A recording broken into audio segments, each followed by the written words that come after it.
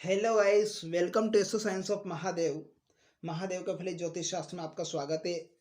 मैं लेकर आया हूँ आज आपके लिए लाल किताब के अनुसार शुभ रत्न को निर्धारित कैसे करें, अर्थात लाल किताब जन्म कुंडली में कौन सा भाग्यशाली रत्न होगा। इस टॉपिक पर आज हम चर्चा करेंगे। टॉपिक पर चर्चा करने से पहले मैं बता देना चाहता हूँ, यदि आप मेरे चैनल पर नए हो तो कृपया चैनल को सब्सक्राइब कर लीजिए, साथ में घंटी के बटन को दबा दीजिए ताकि मैं जो भी नया वीडियो अपलोड करूँ वो पहुंच जाए सबसे पहले आपके पास। खास करके आपके निवेदन है कि कृपया वीडियो को लाइक कर दीजिए, ताकि आपका एक वीडियो लाइक करने से मेरा काफ़ी मनोबल बढ़ जाता है, ताकि मैं कुछ और नए वीडियो के साथ आपके समक्ष पेश हूँ। तो don't skip my video, please like my video. तो चलते हमारे टॉपिक को बिना समय गवाए। आपके समक्ष जो डेट ऑफ बर्थ है इसी के अनुसार मैंने जन्म कुंडली बना रखी है ऑलरेडी, वैदिक जन्म कुंडली। इसी के अनुसार हम लाल किताब जन्म कुंडली का निर्माण कर सकते हैं। तो ये आपने पिछले वीडियो में आप जाकर देख सकते हैं लाल किताब जन्म कुंडली का निर्माण कैसे करें। उस वीडियो का लिंक इस वीडियो के डिस्क्रिप्शन में दे रखा है, जाकर आप इस वीडियो को देख सकते हैं।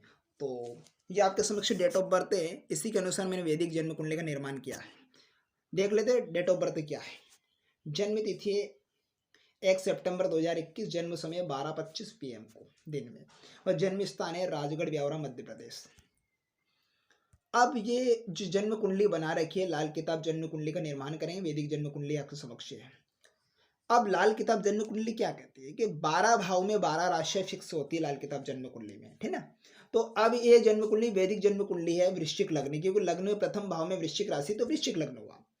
अब जहां जहां इस भाव में वैदिक जन्म कुंडली में जिस भाव में जो जो ग्रह बैठे हैं वो ग्रह उसी भाव में रहने दीजिए, ठीक है ना। अब यहां पर जिस भाव में जो राशियां है उस राशियों को हटा दीजिए, ठीक है ना। जैसे ये उदाहरणार्थ में सेकंड जन्म कुंडली बना रखी है, उदाहरणार्थ कुंडली बना, इसमें क्रम अनुसार 12 अंक टेवे के अंदर मैंने फिल कर दिया।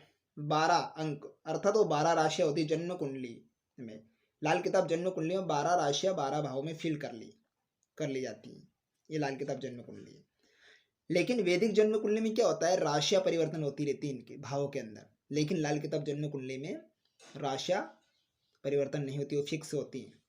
तो इसी प्रकार से क्रम वाइज लग्न में प्रथम मेष राशि, सेकंड में वृषभ, थर्ड में मिथुन, फोर्थ में कर्क। इस प्रकार से जैसा सेकंड कुंडली का निर्माण हो रहा है उदाहरणार्थ जन्मांक चक्रम, इसमें देखिए इसी प्रकार से अंक भर लीजिए। अब जिस भाव में जो ग्रह बैठे वो ग्रह उसी भाव में रहने दीजिए। ये हमारी लाल किताब जन्म कुंडली बन चुकी है।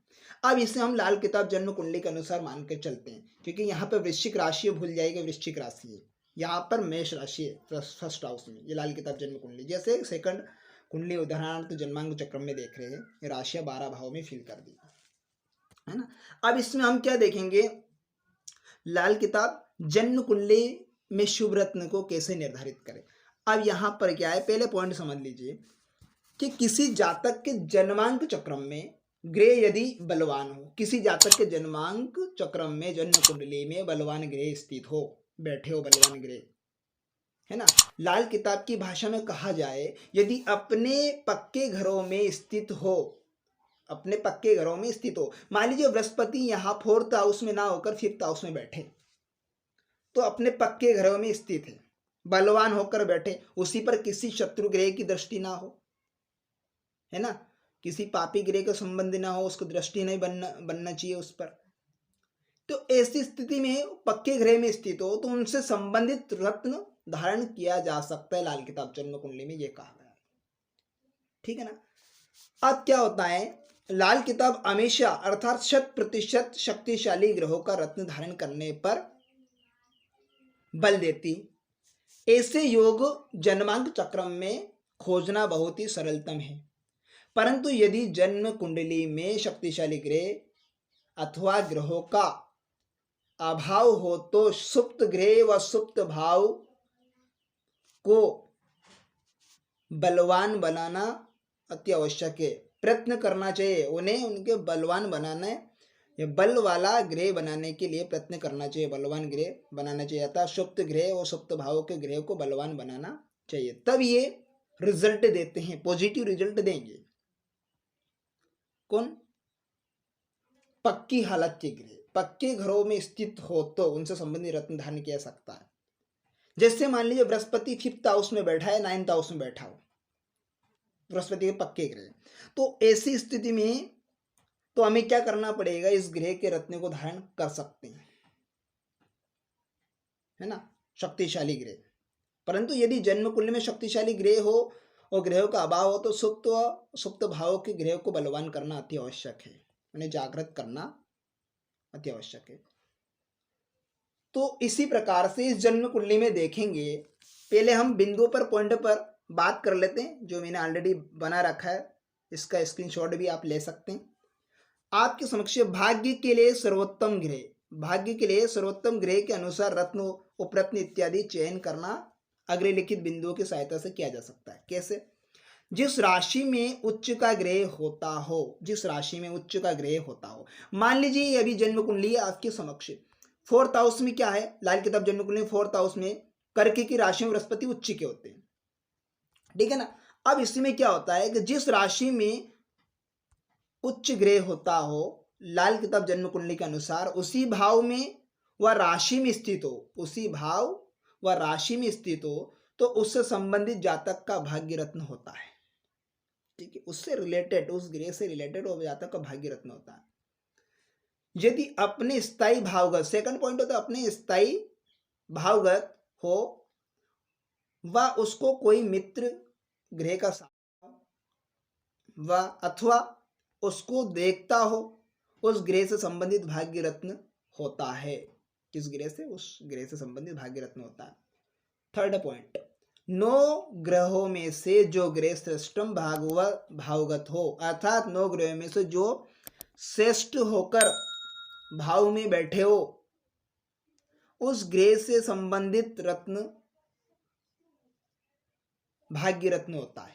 चौथा पॉइंट है कुंडली के केंद्रगत, अगर जन्मांक चक्र में केंद्र में स्थित ग्रह अर्थात लग्न 4th 7th 10th यानी 1 4 7 10 वे खाने में बैठा ग्रह हो, बैठा ग्रह भी भाग्यशाली ग्रह होगा। नोट,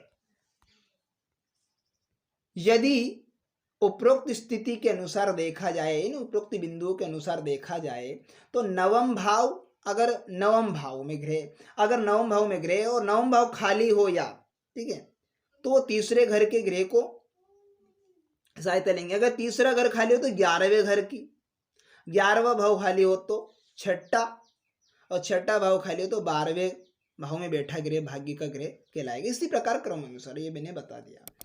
अब इस ग्रह से संबंधित रत्न भी आपका भाग्य रत्न कहलाएगा।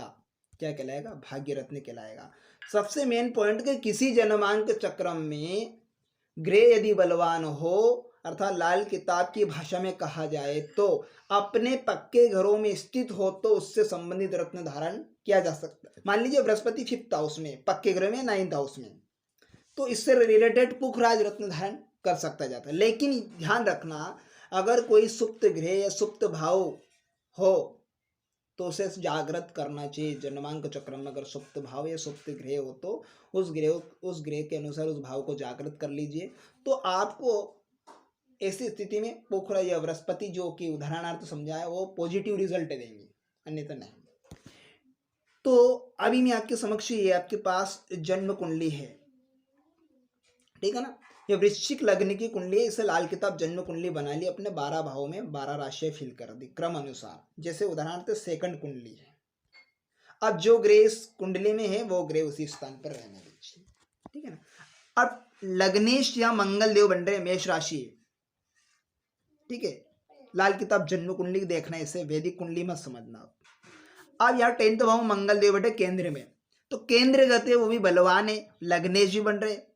उच्च का 10th भाव में मकर राशि में क्या हो जाते हैं, मकर राशि मंगल देव उच्च के 10th भाव में अच्छे ग्रह बन गए, है ना, बलवान। तो ऐसी स्थिति में क्या जातक क्या कर सकता? भाग्य रत्न, क्या भाग्यशाली रत्न होगा उसका? मूंगा। क्या होगा? मूंगा। ठीक, नेक्स्ट इसी प्रकार से हम यहाँ पर देखेंगे कि जो उदाहरण जो सेकंड जन्मांक चक्र में, इसमें देखेंगे सबसे भाग्यशाली पक्के हालत के घर में कौन से पक्के घर में बैठे हैं, पक्की हालत के घरों में, ये पहले समझा रखा मैंने। कि यदि किसी जन्मांक चक्र में ग्रह यदि बलवान हो, अर्थात लाल किताब की भाषा में कहा जाए कि अपने पक्के घरों में स्थित हो, तो उसे संबंधित रत्न धारण किया जा सकता है। अब यहाँ पर पक्के ग्रह में कौन सा पक्का रत्न है, क्योंकि लग्न से 4th हाउस में चंद्रमा बैठा राहु के साथ में, तो पक्की, हालांकि चौथा घर होता है माता का घर, है ना, जल से संबंधित, भूमि। तो ये क्या होता है, जो चतुर्थ भाव होता है वो चंद्रमा की कर्क राशि है, लाल किताब में कर्क राशि 4th हाउस में, और पक्के घर भी होता है चंद्रमा का चौथा घर। अब पक्की हालत में बैठे चंद्रमा, तो ऐसी स्थिति में अब यहां पर चंद्रमा का रत्न जो होता है मोती, वो मोती धारण नहीं करना है, क्योंकि इसका उपरत्न धारण कर, क्योंकि राहु साथ में बैठा है।